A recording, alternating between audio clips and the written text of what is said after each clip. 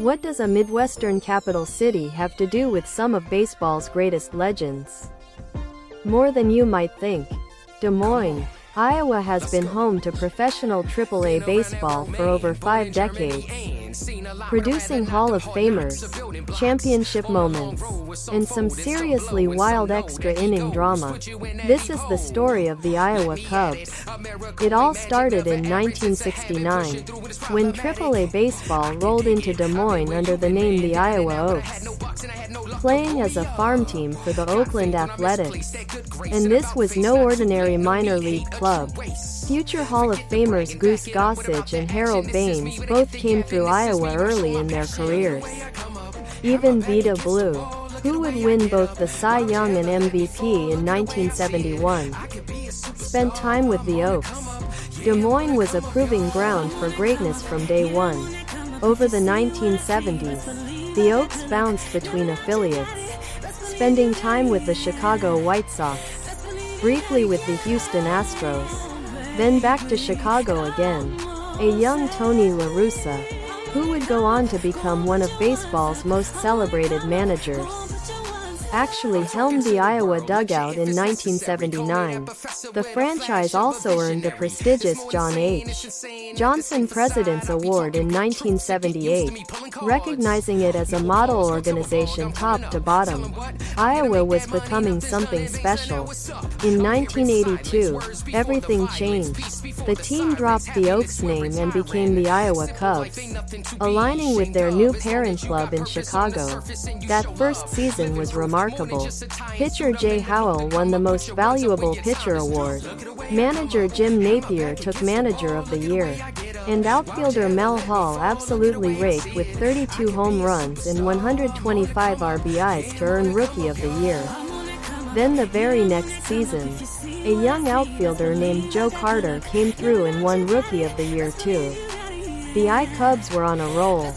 After a brutal 51-win season in 1992, nobody expected much from Iowa the following year. But the 1993 Iowa Cubs had other plans.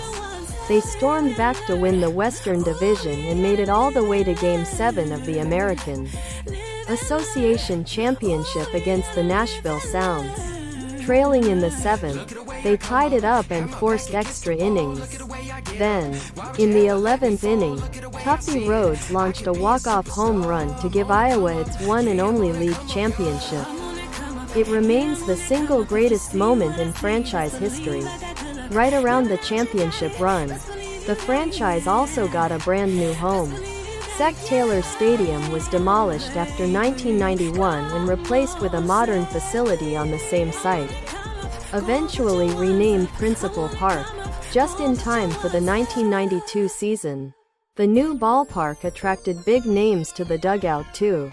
Baseball Hall of Famer Ryne Sandberg managed the I-Cubs in 2010, winning Manager of the Year, while first baseman Brian LaHare slugged 38 home runs to claim the PCL MVP. Des Moines had a first-class operation. When the American Association folded after 1997, the Iowa Cubs moved to the Pacific Coast League and barely skipped a beat, winning a division title in their very first PCL season. The 2000s brought more hardware, division titles, Manager of the Year awards, and standout individual performances.